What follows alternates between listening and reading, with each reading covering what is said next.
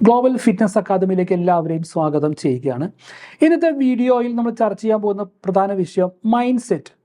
അതായത് നമുക്കറിയാം, ഈ എക്സസൈസ് അല്ലെ ഫിറ്റ്നസ് എന്ന കൺസെപ്റ്റിലേക്ക് വരുന്നതിന് മുമ്പ് നമ്മൾ ആദ്യം നമ്മുടെ മൈൻഡ് സെറ്റ്, നമ്മുടെ മനസ്സ്, നമ്മുടെ ചിന്തകളും ശരിയാക്കേണ്ടതുണ്ട്.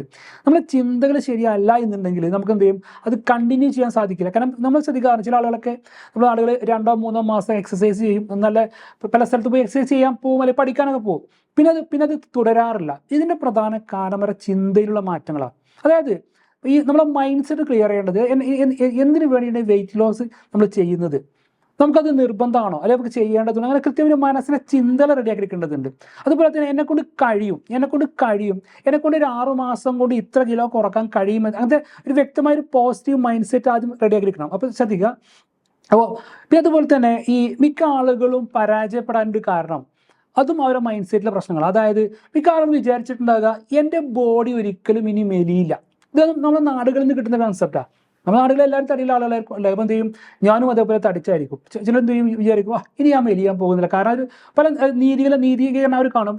കണ്ടെത്തുക, ചിലപ്പോൾ അവർ പറയും, എൻ്റെ ഫാദർ തടിച്ചതാണ്, അല്ലെങ്കിൽ മദർ തടിച്ചതാണ്, എൻ്റെ ഫാമിലി കുറേ ആളുകൾ തടിച്ചതാണ്, അതുകൊണ്ട് ഞാനും മെലിയാൻ പോകുന്നില്ല. അങ്ങനെ ചിന്തിക്കുന്ന ആളുകളുണ്ട്. ഈ ചിന്ത മാറ്റേണ്ടതുണ്ട്. അതുപോലെ തന്നെ ചില ആളുകൾ വിചാരിക്കും, ചില ലേഡീസ് വിചാരിക്കും, എന്ത് ചെയ്യും, പ്രസവശേഷം എല്ലാവരും തടിക്കുന്നുണ്ട്, അപ്പം ഞാനും തടിക്കും.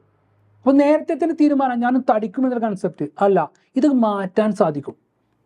അതുപോലെ തന്നെ ചില ആളുകൾ വിചാരിക്കും, എനിക്ക് തൈറോയിഡ് ഉണ്ട്, PCOD, പല പ്രശ്നങ്ങളൊക്കെ ഉണ്ട്, അപ്പോൾ ഇനി ഞാനിത് തടിച്ചുകൊണ്ടേയിരിക്കും.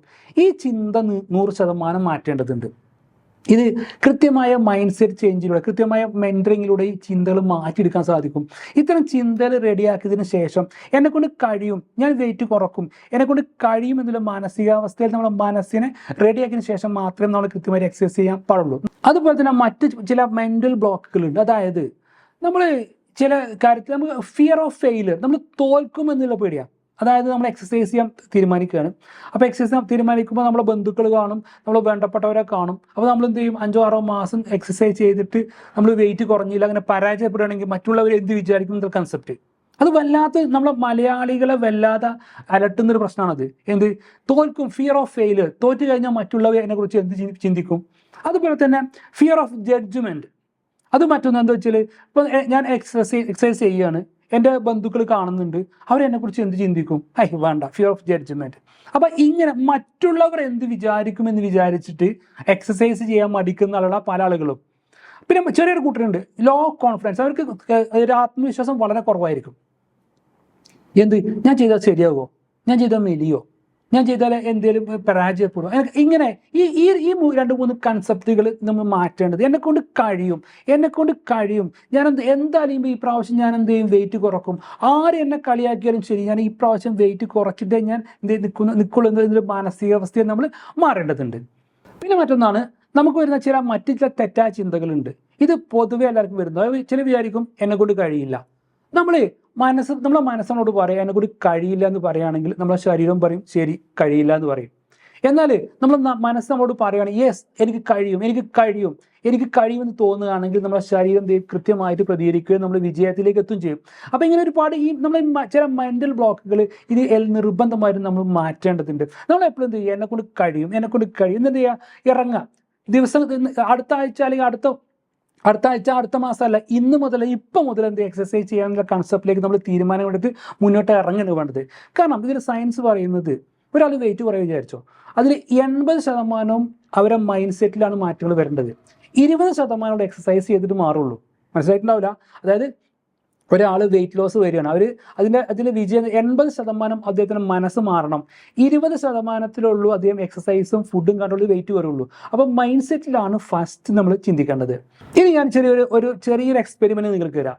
നിങ്ങൾ മനസ്സിലൊന്ന് വിചാരിച്ചു നോക്കുക. എല്ലാവരും ഒന്ന് ശാന്തമായിട്ട് ഇരുന്നിട്ട് എന്ത് ചെയ്യുക, മനസ്സിലൊന്ന് വിചാരിച്ചു നോക്കുക. എന്ത് ചെയ്യും, നമ്മൾ ഇഷ്ടമുള്ള ഒരു വേഷം ധരിച്ച് ഒരു കല്യാണത്തിനോ ഒരു സൽക്കാരത്തിനോ പോകുന്നത് മനസ്സിലൊന്ന് കണ്ടു നോക്ക്. അതുപോലെ തന്നെ അല്ലെങ്കിൽ നമ്മളെ വീട്ടിലൂടെ നല്ല എനർജറ്റിക് ആയിട്ട് പലർക്കും സ്റ്റെപ്പ് കയറാൻ പ്രയാസമായിരിക്കും. സ്റ്റെപ്പൊക്കെ നല്ല ഫാസ്റ്റ് കയറാം. വീട്ടിലത്തെ എല്ലാ ജോലികളും ആരോഗ്യത്തോടെ ചെയ്യുന്ന, നമ്മൾ ആരോഗ്യത്തോടെ നിൽക്കുന്നൊന്ന് ആലോചിച്ച് നോക്ക്. അല്ലെങ്കിൽ നിങ്ങളെ മക്കൾ പറയണം, അമ്മ അല്ലെങ്കിൽ ഉമ്മ ഇപ്പോൾ എന്തോ കുറച്ച് എനർജറ്റിക് ആണല്ലോ, എക്സസൈസ് ചെയ്ത് ചില മാറ്റങ്ങൾ വരുന്നുണ്ടല്ലോ, എന്തോ നല്ലൊരു ചേഞ്ച് നിങ്ങളുടെ മനസ്സിൽ വരുന്നുണ്ടല്ലോ, ഒന്ന് ആലോചിച്ച് നോക്ക്. അല്ലെങ്കിൽ നിങ്ങൾ വീട്ടിൽ നിന്ന് പുറത്തിറങ്ങുന്ന സമയത്ത് നിങ്ങൾ വേണ്ടപ്പെട്ടവരോ അയൽവാസികളോ പറയാം എന്താ ബോഡിയിൽ വലിയ മാറ്റങ്ങൾ വന്നിട്ടുണ്ടല്ലോ, എന്താ എക്സസൈസ് ചെയ്യാറുണ്ടോ, നല്ലൊരു ഒരു ഒരു ഒരു എനർജി ഫീൽ ചെയ്യുന്നുണ്ടല്ലോ. ഇതൊക്കെ നടക്കുന്ന കാര്യങ്ങളാണ്, ഇതൊക്കെ നമ്മളെ ലൈഫിൽ നടക്കുന്ന കാര്യങ്ങളാണ്. പലരും വിചാരിച്ച് നടക്കൂല, പക്ഷെ എന്ത് ചെയ്യാം, നമ്മളൊന്ന് മുന്നിട്ടിറങ്ങാൻ 100% നടക്കുന്ന ചില കാര്യങ്ങളാണ്. കാരണം ഇതിൽ പ്രധാനമായിട്ട് ഒരു സൈക്കോളജി എന്നാൽ നിങ്ങളുടെ ബോഡിയല്ല നിങ്ങളുടെ ശത്രു, നിങ്ങളുടെ മനസ്സും അല്ല നിങ്ങളുടെ ശത്രു. നിങ്ങളുടെ ശത്രു എന്ന് പറയുന്നത് നിങ്ങളെ ചിന്തകളാണ്, നിങ്ങൾ പിന്തുടരുന്ന ചില ചിന്തകളും ചില ചിട്ടവട്ടങ്ങളുമാണ്. അത് മാറ്റണം. ആ കൺസെപ്റ്റ് എന്നെക്കൊണ്ട് കഴിയും, ഞാൻ എന്തായാലും ഈ പ്രാവശ്യം വെയിറ്റ് കുറക്കും എന്നുള്ള മാനസികാവസ്ഥയിൽ നിങ്ങൾ മാറാം. അപ്പോൾ നിങ്ങൾ ഇന്ന് മുതൽ എന്ത് പറയണം, ഐ ക്യാൻ, എനിക്ക് കഴിയും, ഐ വിൽ, ഞാൻ ചെയ്യും, ഐ മസ്റ്റ്, ഞാൻ എന്തായാലും മാറും, എനിക്ക് എന്തായാലും ചെയ്യണം, എനിക്ക് എന്തായാലും എക്സസൈസ് ചെയ്യണം, എനിക്ക് വെയിറ്റ് കുറക്കണം, ഈ പ്രാവശ്യം ഇന്ന് മുതൽ എനിക്ക് വെയിറ്റ് കുറക്കണം എന്ന കൺസെപ്റ്റിലേക്ക് നിങ്ങൾ 100% എല്ലാവരും മാറേണ്ടതുണ്ട്. അതുപോലെ തന്നെ നിങ്ങൾക്ക് വേണ്ടത്, നിങ്ങൾക്ക് ശരിക്കും സ്ട്രക്ചർ ആയിട്ടുള്ള ഒരു വെയിറ്റ് ലോസ് പ്ലാൻ വേണം. നിങ്ങൾക്ക് കൃത്യമായിട്ടൊരു എക്സസൈസിൻ്റെ പ്ലാൻ നിങ്ങൾക്ക് വേണം. അതുപോലെ തന്നെ ഒരു സിസ്റ്റം വേണം. സിസ്റ്റം എന്ന് പറഞ്ഞാൽ നമ്മൾ സ്കൂളിലോട്ടില്ല, സ്കൂളിൽ സിസ്റ്റമാണ്. സ്കൂളൊക്കെ സമയത്ത് ബെല്ലടിക്കും, അതിൽ എല്ലാവരും ക്ലാസ്സിൽ കയറണം, അതിൽ അറ്റൻഡൻസ് എടുക്കും, അല്ലെങ്കിൽ ക്ലാസ്സിൽ പങ്കെടുക്കാത്ത ആളുകളൊക്കെ ചോദ്യം ചെയ്യുന്ന രീതിയിൽ കൃത്യമായ സിസ്റ്റം നിങ്ങൾക്ക് വേണം. അങ്ങനത്തെ ഒരു സിസ്റ്റം നമ്മുടെ കമ്മ്യൂണിറ്റിയിൽ നമുക്കുണ്ട്. അതുപോലെ തന്നെ നിങ്ങൾക്ക് കൃത്യമായിട്ടൊരു മെൻറ്ററെ അല്ലെങ്കിൽ ഒരു കൃത്യമായിട്ട് ട്രെയിനറെയും നിങ്ങൾക്ക് വേണം. അതും നമ്മുടെ കമ്മ്യൂണിറ്റിയിൽ നമ്മൾ പ്രൊവൈഡ് ചെയ്യുന്നുണ്ട്. അപ്പോൾ നിങ്ങൾ നമ്മുടെ കമ്മ്യൂണിറ്റിയിൽ വരികയാണെങ്കിൽ നിങ്ങൾക്ക് ലഭിക്കാവുന്ന ബെനിഫിറ്റ് നോക്കാം.